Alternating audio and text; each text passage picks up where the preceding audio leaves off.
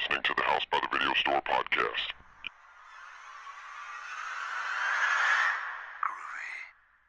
There's no more room in hell. The dead will walk near. We have such sights to show you. I kick ass for the Lord. Praise God, boy. Welcome to the House Video Store podcast. I'm your host, William, and joining me will be Derek, X-Men, and Sean. Hello. And on this episode, we're discussing the 2006 French film, Them, which is kind of a home invasion type film that I hadn't really heard of. I know, Sean, you had seen it and then recommended it, so we were covering it. And just trying, the last one we did, the Evil Dead remake, so this one trying to do something a little bit more obscure. This movie's all long cigarettes and caviar, so it's French. So, yeah, it's on Amazon Prime if you want to watch it. So Amazon Prime, just real quick. They have a lot of horror films. Right now, a lot of good horror films. Netflix sucks ass right now, So the difference movie-wise. is, And Amazon Prime, if you want to watch actual good movies, ditch Netflix, watch Amazon. But Netflix has a lot of original stuff coming out every single week. So- no, they got good stuff. The TV shows are good, but Yeah. when was the last time Netflix put out a good movie? Apparently, that Jason Sudeikis one that just came out like last week is supposed to be pretty good. Yeah. With what's his name from Westworld, but he's in a million other things too. He's in Mother. Ed Harris. Yeah, Ed Harris. He was in The Rock. That's the only movie that matters. There was like the Meyerowitz stories, which was a good movie that was on Netflix. Okay, generally though, I most love that. Netflix original movies I don't are feel at not home good. at this world. But my point though is like if you're just wanting to watch like actual studio produced films, Amazon has the better. Well, so the list. thing that the point is on horror films, Amazon has a Much wider better. selection Yeah. going back further And of they're good quality ones. and or just well-known horror films Yeah. going back, Because they got all the 70s, Friday the 13th 80s, films on there right 90s, now. And they got a 2000s. bunch of different stuff. So they have a lot of stuff. Netflix has more recently produced low-budget trash. Yep. And some good movies in there that are from recent years, but it doesn't have the breadth of collection that Amazon does. But we're going to be discussing Them, which is on Amazon Prime if you want to watch it. And it's not the one from 1954. It's from 2006, and it's subtitled. But before we get into that, we'll go through some recent things we've been watching and mentioning Amazon Prime. So something else I saw, because when you log into Amazon Prime, it'll show you like movies recommended for you. Because the other things I'd watched, it recommended this movie called Final Exam, which is a slasher from the 80s. I think it was like 1981 was when it came out. So it was in the middle of that slasher boom. So it was 1981. And it has a poster that's just a dark silhouetted person holding a butcher knife. So kind of Michael Myers-ish. Yeah. And it's set at a college. So I'm sure there was a bunch of, over time, there's been a bunch of things set at colleges. But I watched part of this movie. Like, well, it's on here. It's got a relatively good user score on Amazon Prime. I'll just watch this because I hadn't seen it yet. So I watched it.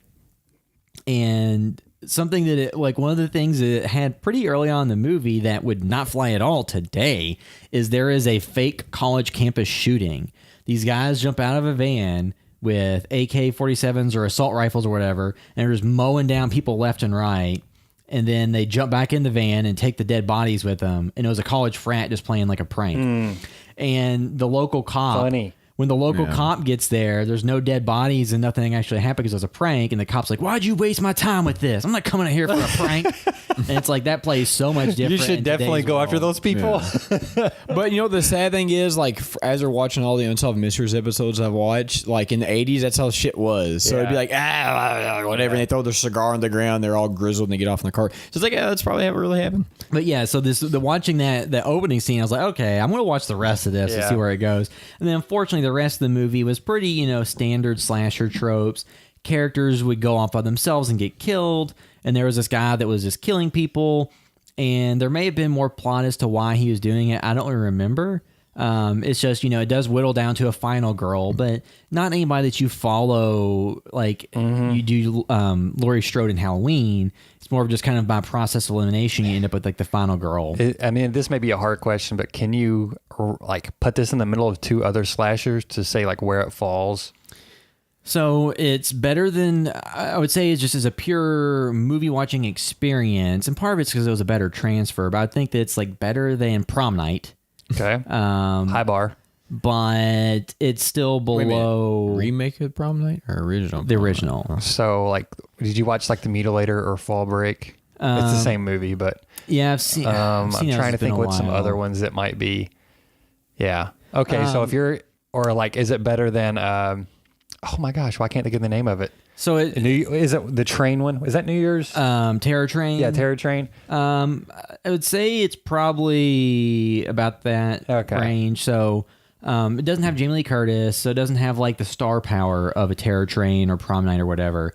It just is a movie. It's on a college campus. The killer's kind of forgettable. The characters are kind of forgettable. Just the main thing to me was that college campus shooting. Yeah, you and I watched that. And I was like, holy shit, like, this is a movie that would not, if they were to remake this today, and to the slasher boom, so the one that really ran from like 78 to 84, there was a bunch of stuff made during the middle of that we haven't touched on, because there's a movie that that Donald Pleasance is in. There's like a few people like that are in those movies that aren't the Halloween ones or Friday 13th. Like, we need to go back and dig out some of the more obscure ones from that era, because we talked about My Bloody Valentine, which was actually good. Sleepaway Camp.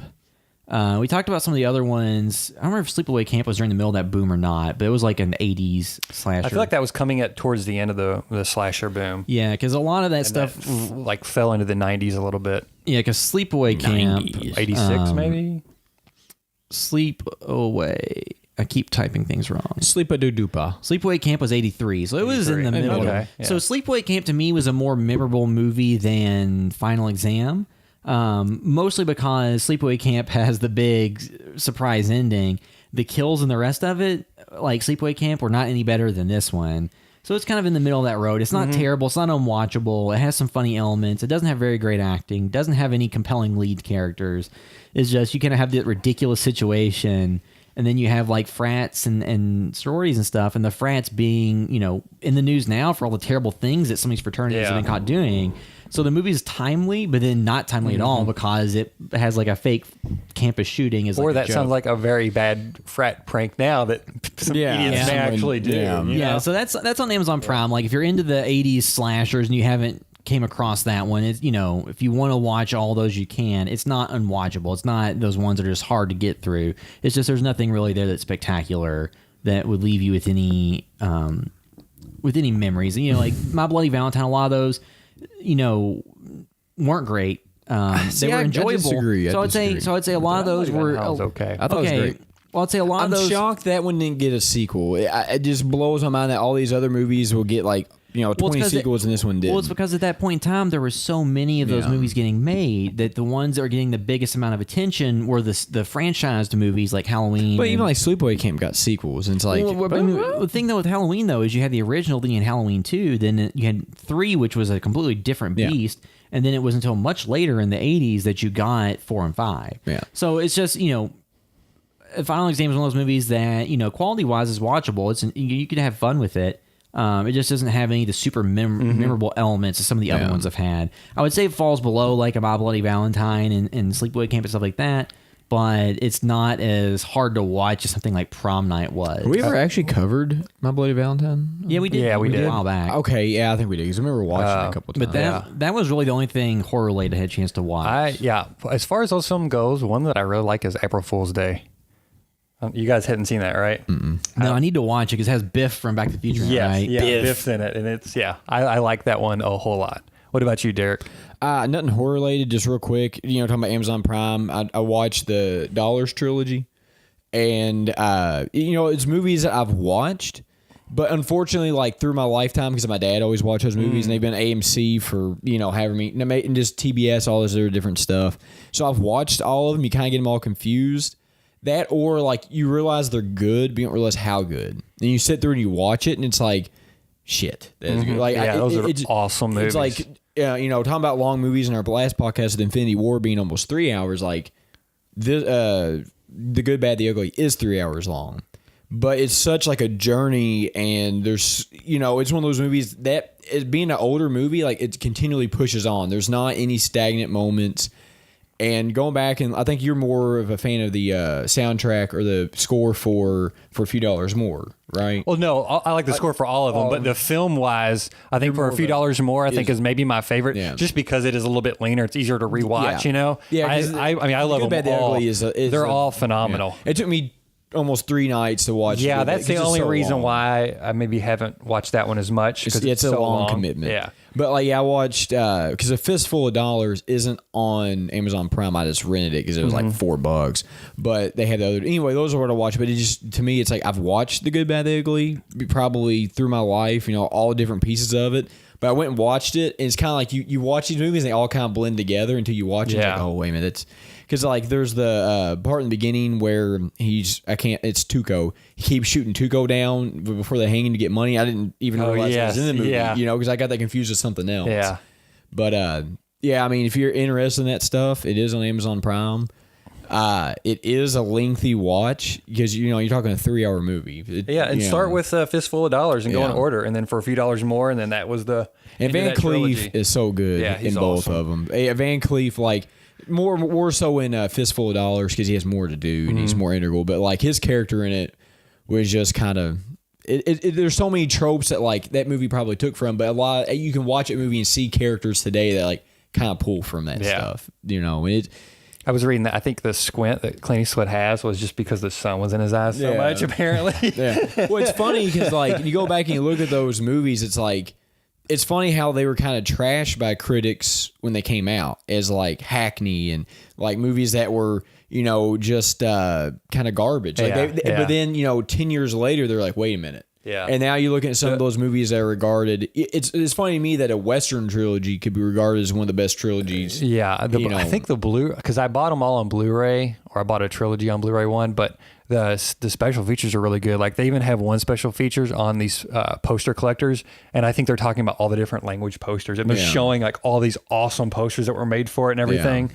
There's like the special features were really good on those discs as well. Yeah. I'll dig those out and let you borrow them. And it's funny that an Italian filmmaker is made better westerns than the American filmmakers did. You know, I mean, just the shots, just everything. The cinematography is awesome. Like the scene in there's no spoilers in this because you've all seen this, but like you have the Ecstasy of Gold playing at the end of The Good, the Bad, the Ugly, and if you heard the song, you'd immediately know it because it's in a bunch of pop culture references. But you have Tuco and he's like running around the graveyard trying to find it and spinning around. It's just like that scene. It's amazing. Yeah. I love it. There's so much about that movie, but it's a lot to digest. Because you're talking like to watch all three of those movies, which some people watch like Harry Potter and the Lord of the Rings.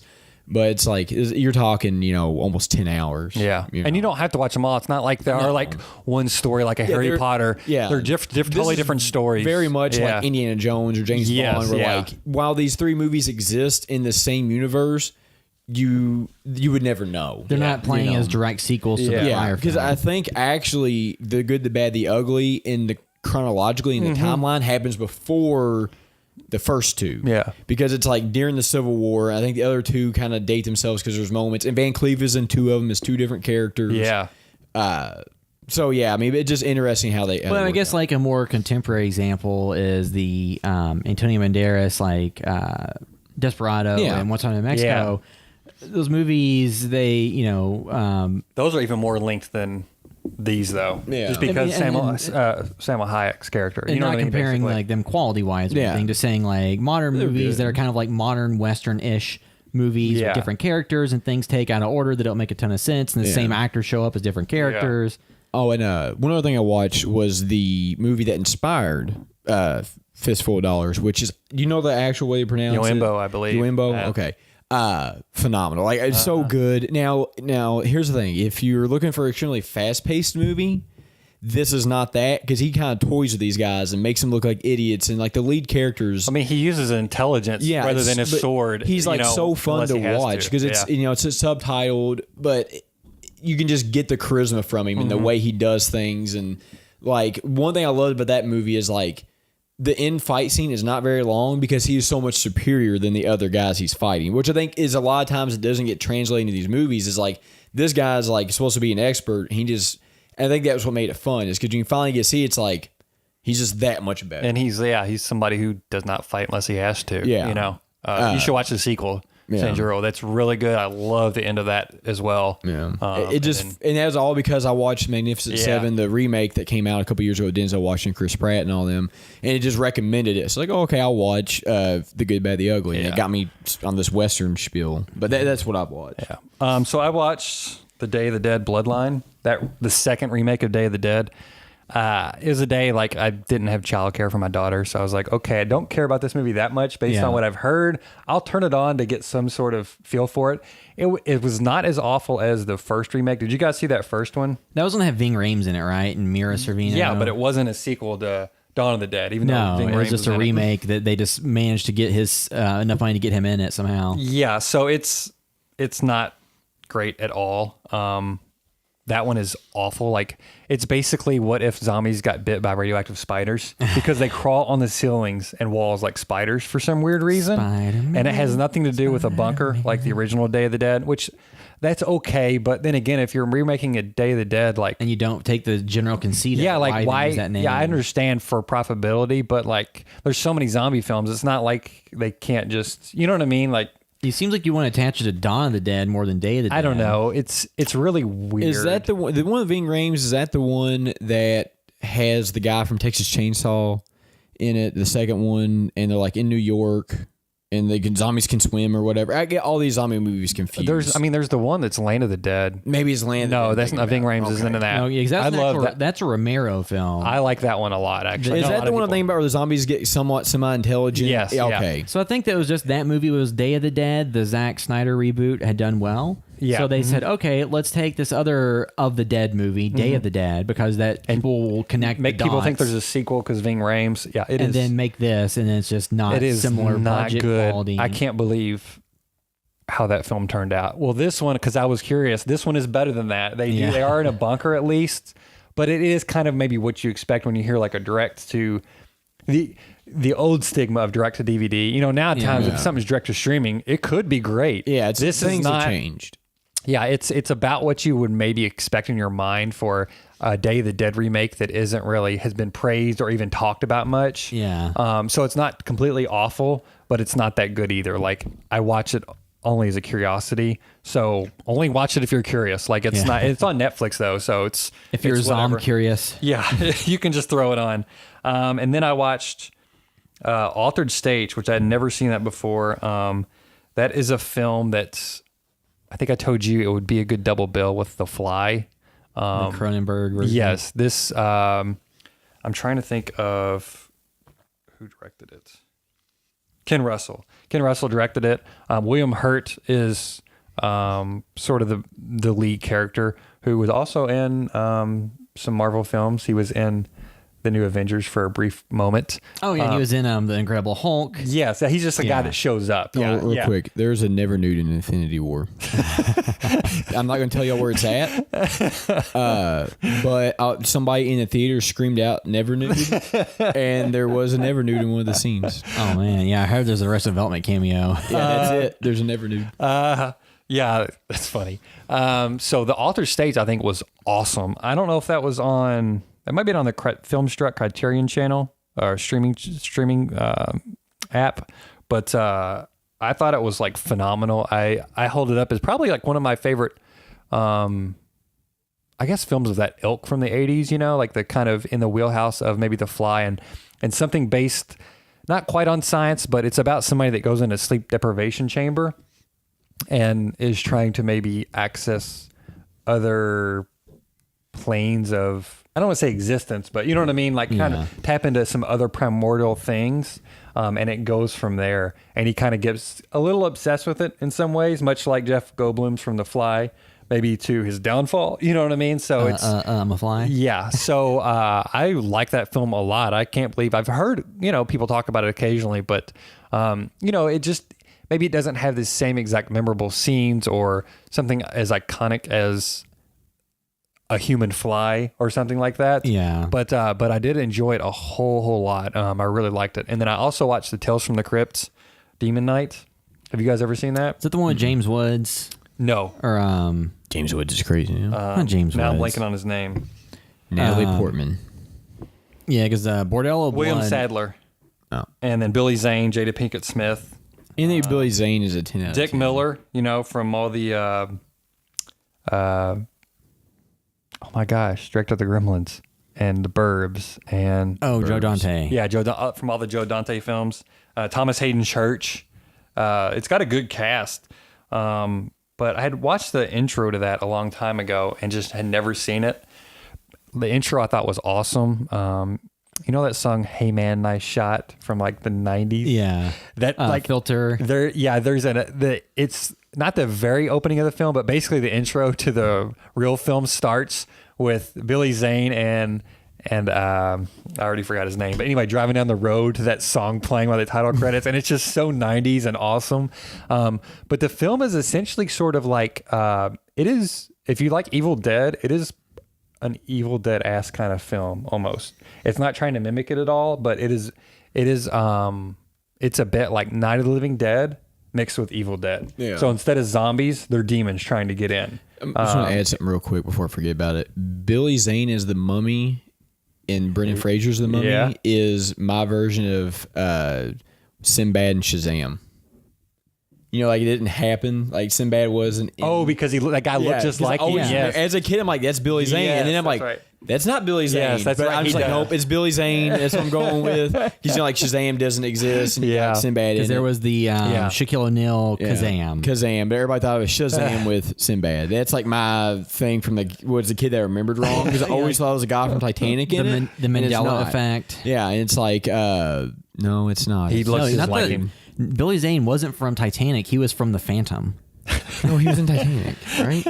No, I'm joking. he was. Okay, he told me he was in it wasn't the same guy. Okay, I'm saying that he was in But that 80 or that 90s. comic He's movie. really good in this too. Like, I mean, I guess And it's he's kind of minor spoilers, but you amazing. find out pretty early on, like he is essentially like, you know, the villain because you don't know exactly who's the good guy, who's the bad guy yet. You obviously know somebody hunts demons, but he is like almost a trickster a little bit, and almost like, you know, Satan is portrayed in some films as being deceiving and all that. He is very much in that vein, and he has fun with the victims. Yeah. Sort of, I don't want to put him on the same plane, but almost like a Beetlejuice type where he is having fun Yeah. messing with Beetlejuice. people and screwing them over. Can we do a podcast pretty in only good film. Beetlejuice voice? No. Why? Like, we're just gonna talk like this. And I think we should do it. We just have sore throats. So yeah, Some lozenges. Demon Knight was on Stars. That's what I was going through Stars since Yeah.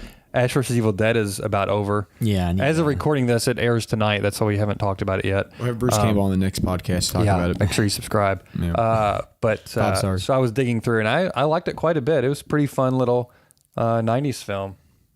Yeah. Better than Bordello of Blood, from what I remember, because that used to be on TV all the time. Yeah. Let's talk about Brendan Fraser and Billy Zane's The Mummy. So is that it? Yeah, All that's, right. that's it. So now moving to our discussion of them from 2006, which the original title is Them there. Ills, Something like that.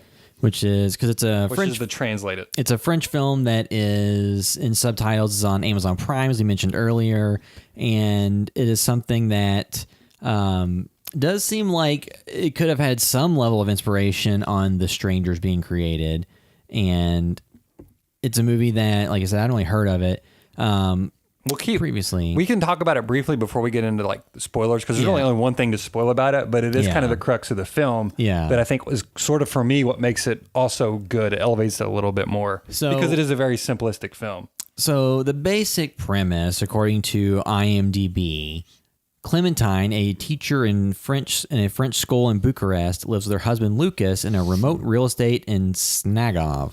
During the night, Clementine is woken by weird noises outside their home, and Lucas sees their car being stolen. The lights are turned off, the phones are disconnected, and they see they're no longer alone. When weird lights appear outside, they hide in the cellar and try to ask for help from what could be a dreadful night of pure terror. So I think that pretty succinctly sums up what It's- kind of happened. I mean, I didn't want to tell you guys exactly what it was, but it's a home invasion film, Yeah. more or less. Yeah. You know, that's mostly what. yeah, you start off with kind of a cold open that is a mother and daughter in their car, and then something happens with that. And then you get to see new characters, which is Clementine and her husband or boyfriend or whatever, and then it goes from there. And it's one of those movies, too, that doesn't take place over the course of multiple days, really.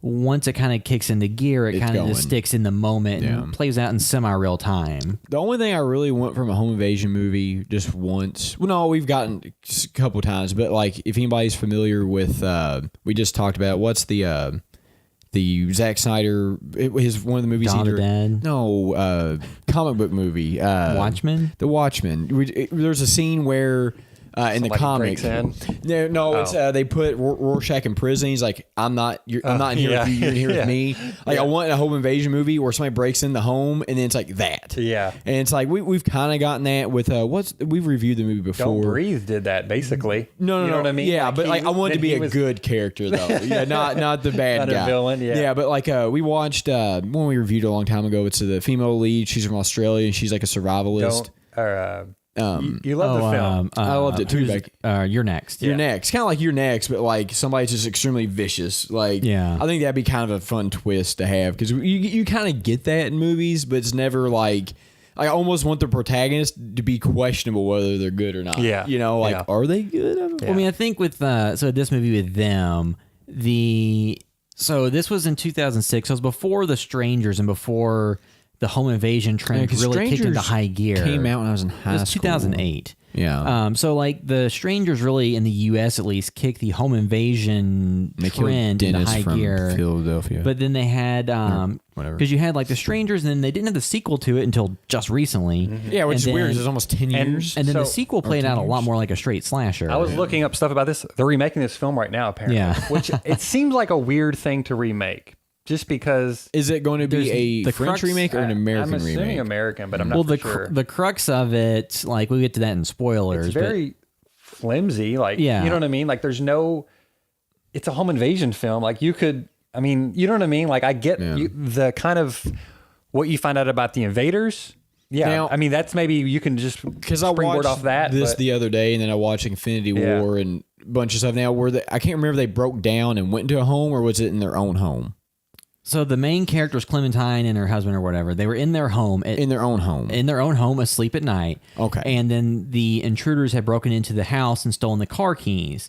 And then that's what kind of kicks off all the events that the 'Cause- film follows. So I watched this, and two, this is a film I watched one time, I never watched again. You know what I mean? Because it's one of those types of film. I think once you get the effect, it's kind of over. One shot. I would have liked to have seen this in the theaters for the One first trick time pony. for sure.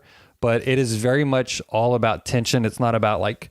It's not. It's the Plot opposite or of Evil story. Dead. It's not like there's like gore Yeah, there's scenes or not- yeah. nothing. It is very much, and I think it was probably the first home invasion film I've seen because this was before The Strangers, and it's actually kind of why I was interested in Which- that film before it came out. It's kind of also topical because they caught the Golden State Killer this week to talk about this, and it's like how that guy, like the Zodiac, gets all this publicity. That guy's terrifying. Yeah. you know. But whereas Zodiac's kind I think because the Zodiac played with the media Yeah. stuff. Well, the like, Zodiac like he built created his it- own persona. created like a multimedia frenzy about it, Yeah. as opposed to the other killer. Was it the original Night Stalker? Yeah, the original Night Stalker. Like was breaking into people. Like wasn't where he's breaking in and like raping and murdering. yeah, women? because he started off just break-ins, and then it went to sexual assaults, then it turned into sexual assaults and murders. Yeah, at the end. he just was. And then he would call and torment people for like years after, and just a terrible person that which affected a thankfully lot of they people. caught him. And which is one kind of cool thing is that we were talking about Patton Oswalt before the podcast, or maybe even during the podcast. I can't remember.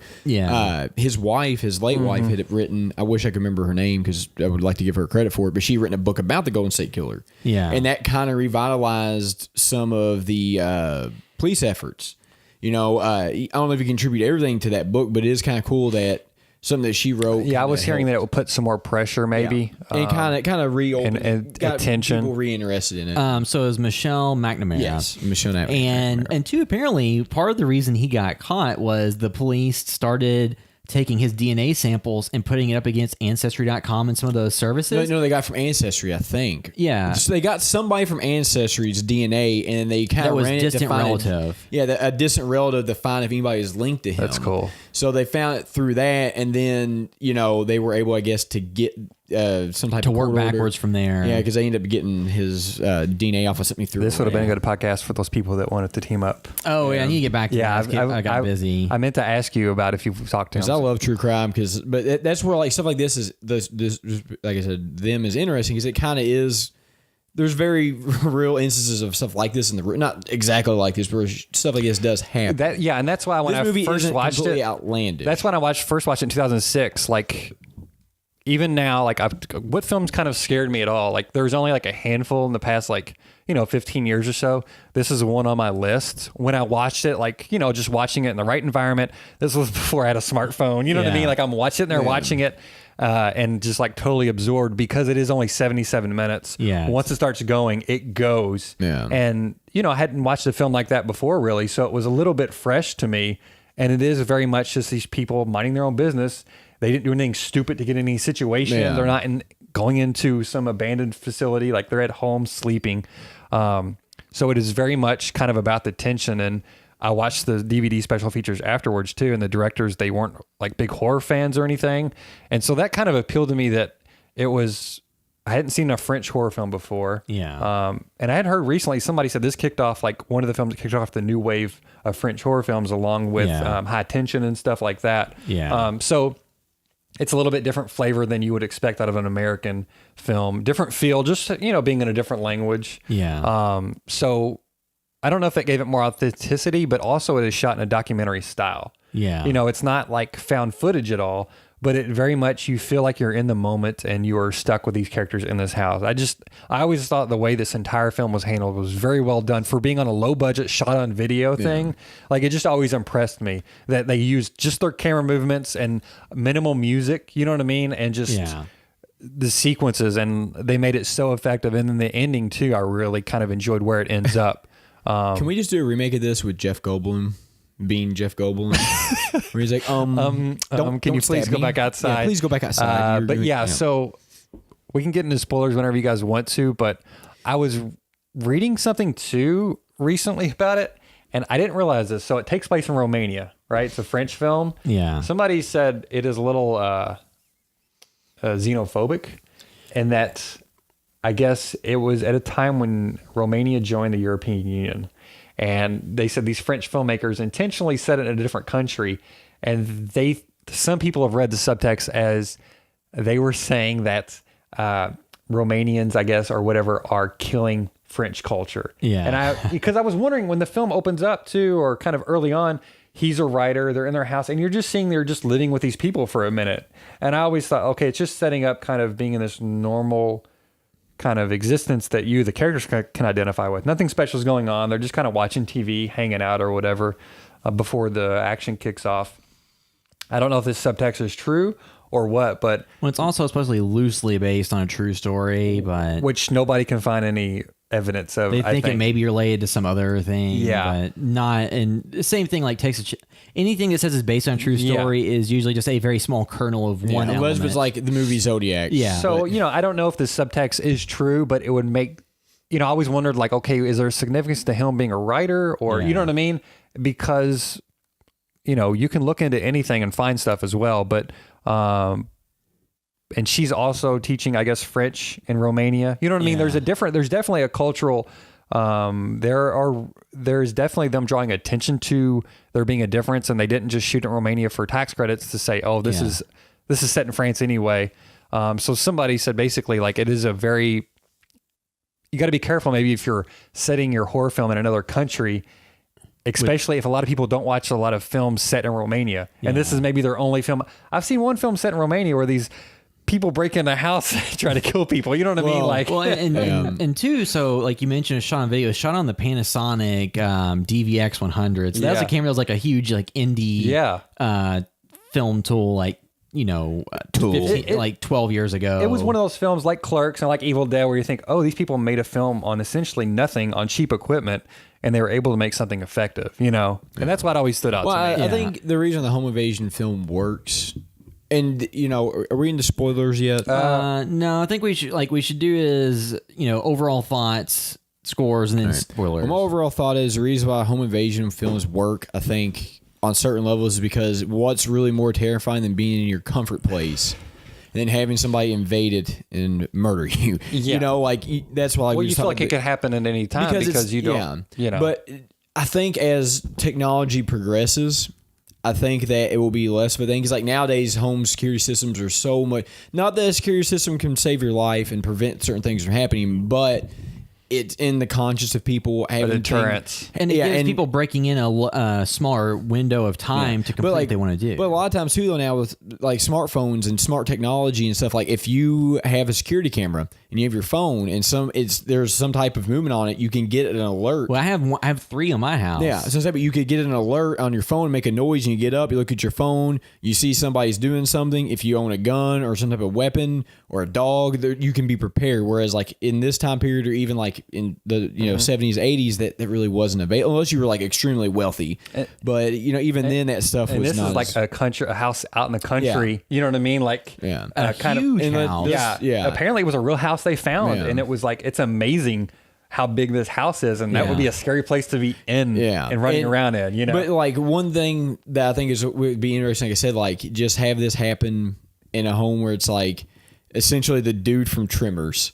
Have that guy, and it's like what would that would happen be over there? pretty fast. Yeah, and so it's like whereas like that would just be kind of like a fun maybe an anthology film. Most home moment. invasion movies, if the characters had guns, wouldn't last very long. Or if they had anything at all, like they had like a dog or something, they go okay. But then then you wouldn't have a movie. So the movie, I think that unless the home invader breaks in and bites you, and you become a home invader yourself, and then you go through and you invade homes, and it's just biting people, and it keeps going. So I think that and you don't have anything to go on. You just want to invade somebody's house and I bite think them. the movie's strength is that Sean mentioned like the tension, and once it starts, it just keeps going. It's not just like multiple. It's days. a lean film, yeah. So you have that element, and you don't really get much of a glimpse of who is.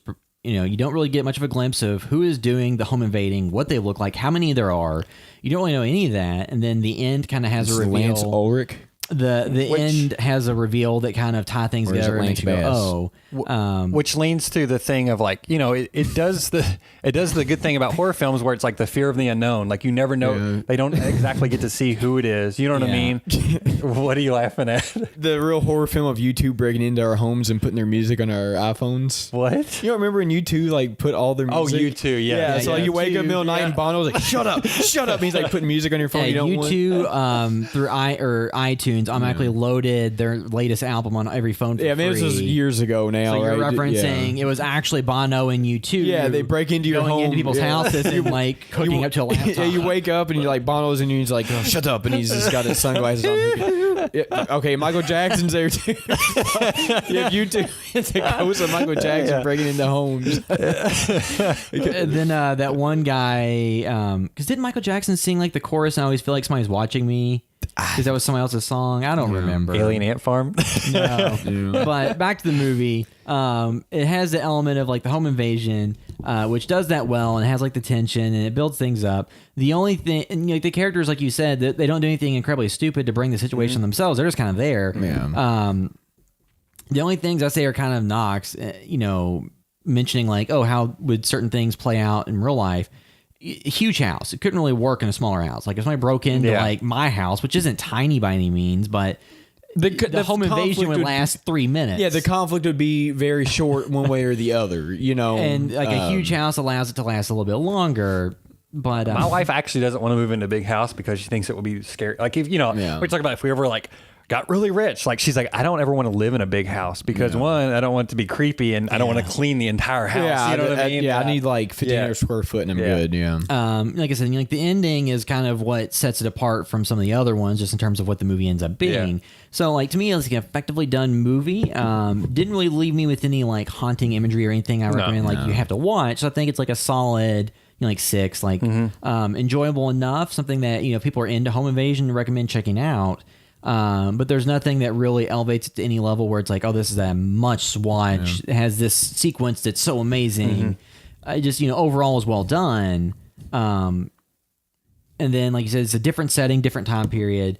But like comparing this to The Strangers Pray at Night, which I saw recently, like I think this is better than The Strangers Pray at Night, because The Strangers Pray at Night was much more of just a straightforward slasher with a lot of 80s visual touches, and this is home invasion. So they invaded squarely in that genre. Hit myself in the face of the mic. So Derek, what would you give it? I mean, I got kind of bored hearing it. I check my phone a lot. That's what I was wondering. I was like, now in this era of checking your phone and stuff, like this is definitely a film that it's supposed to hook you when the invasion starts and not let go And if you watch in that context without any distractions, I think, you know what I mean? It's way more powerful than the way people watch films now a lot of times. I think you know? like that's the one thing I think that as streaming gets more popular, films will, because when you go to the theater, you can't replicate that experience at home unless you're rich and have a home theater. But like, you know, not touching your phone It's hard to do. It's hard to do when you're at your house, or like I got dogs, or I got dog on my face. It's a different thing when it's almost like an assignment film. Like, okay, let's watch this. You're like, I'm not in the mood for it. You know, like I wasn't in the mood for Evil Dead. I enjoyed watching it, but you know what I mean? Like not a film I would have picked up. It's a different experience than if you were in the mood for this and you're wanting to watch something. Yeah. So maybe that may slide in my review. Like it wasn't a bad movie, but also like I've seen a bunch of home invasions. Being into true crime and like listening to a lot of the stuff and reading a lot of the stuff, like this maybe didn't work for me as much because like this isn't as scary as a Golden State Killer, but it's not supposed to be. It's different. It's so I mean, it's not bad. It's on Prime. If you want to check it out, it's probably still a lot better. It's a quick watch. Yeah, it's a quick watch, and it's probably still a lot better than most of the garbage on Netflix. So I would say like this is like a 6 out of 10. You know, like I wouldn't go on my way to recommend like, oh, you got to watch this, but there is some stuff in it. Like me personally, I think you could definitely make this a little more paranormal and get into that in spoilers, which could make people maybe a little more interested in it.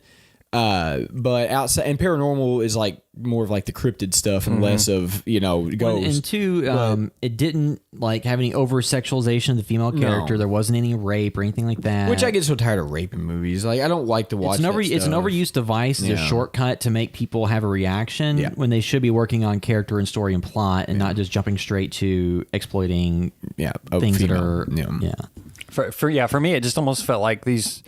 Just hearing them talk about it too, it's like, okay, this is an experiment for them, and I feel like a lot of it they really thought about.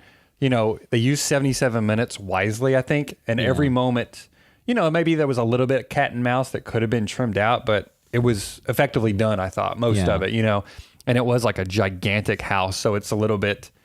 That part is maybe a little bit more out there than being relatable. Well, the on one your thing part, is but being that it's in Romania and it's in these like places that are old as time. It's like, you know, like have a lot of rich history. Just imagine like being set in the U.S. currently. Somebody who's a writer and a teacher, they're probably not affording a house. That's but the thing. Given that area, like it's not. Depending on the era and I don't. Being that it's that area, like it was not a brand new house. Yeah, either. it wasn't a brand new house. It's in Romania. I can, you know, believe that a little bit more than if it was like, you know, in the U.S. as a teacher and somebody catches butterflies like they do in HGTV and have a home that costs $1 billion. Yeah. So for me, when I watched it, probably back 2006 or 7, I think I rented it from Wild and Woolly. Like I would have given it probably like a 9 at least because it stuck with me for that long. Probably the first home invasion film I had seen. Like I said, it gripped me as soon as like the action kicked off. And then the ending I thought was great. Like a lot of this film, actually, I remembered some parts about it. But also too, nowadays, like it's a different experience. Like it's very much one that's just a matter of the context of what you watch this film in. It could go anywhere from being a 3 out of 10. You know what I mean? Yeah. To if you saw it in theaters, I would rate it a lot higher. Watching it again too, I'd probably give it like maybe a 7 now. Yeah. I don't know. I still really like the end. Of the film, but also, it's not a film I want to rewatch again anytime soon, but it was one that has always stuck with me. And you know what I mean? Just sometimes it's fun to like bring up films that like, hey, this is something nobody ever talks about, but it means something to me at least. So, you know, 1 out of like 50 people, they might be like, oh shit, this was a really good experience, you know? Yeah, I mean, too, like, it came out before the home invasion wave of films. Yeah, because you had some in like the 70s and 80s, you had some older ones. You always had the modern. The modern one was kind of ushered in by The Strangers. Yeah, and then which may have been ushered in by this. When A Stranger Calls, was that, you know, the original? Was that a home invasion? I've been meaning to watch that for sure, but I just have not. Well, the home invasion trope, like it's played a little bit differently over the eras. But yeah, so before you get into spoilers, if you're listening via iTunes, you can do us a huge favor, leave a review there that helps other people find the podcast. You can find all the work we're doing at houseofvideostore.com. Make sure to follow us on Facebook, Instagram, YouTube, Twitter. Since this episode, we've had a shorts released. It's shorts under 2 minutes. Short. It's called Sneakers.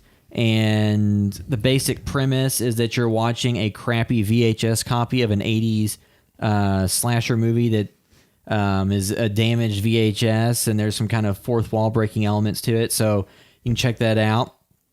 Let us know what you think about it. And if you want to find us specifically on the internet, you can find me on Twitter at William Caps. Find me on Instagram and Twitter at MetaWorldDerek. And I'm at Blevin Sean on Twitter.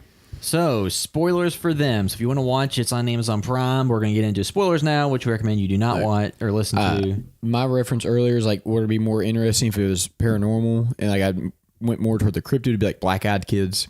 If you haven't heard about that, do yourself most people would say maybe this box probably know about Black-Eyed Children. Well, it's I just didn't know until Chad brought it up. the basic idea about Black-Eyed Kids. It's a thing that circulated more on Reddit and 4chan and the internet. Now there It's are about- instances of this that date back way, the 60s, Well, no, but I it's think kind of hard. In reality, it all dates back not that long to one guy, and there's not much substantiation about really happening. It's more just kind of like Slenderman-esque stories. But the idea is that little kids knock on the door at nighttime. or your car window or anything. Little kids will knock and say, "We need to come in, use your phone or something." They want to get into your home, and they have black eyes, and it's usually like two of them, and they're creepy, and they get more aggressive or upset if you don't let them in, and that's kind of it. And the claim is like, no one who's ever let them in has lived to tell the tale. Where I think like this could maybe be fun to play something like that. See, for me, I like the reality because Well, to clarify, it's Yes. the killers or the home invaders are like young teens or kids they said between the ages of 10 and 15 maybe. that or live something. in the sewer nearby or live in like the area or something. the I don't know. irrigation Yeah. or drainage pipe But it also system. seemed like they might be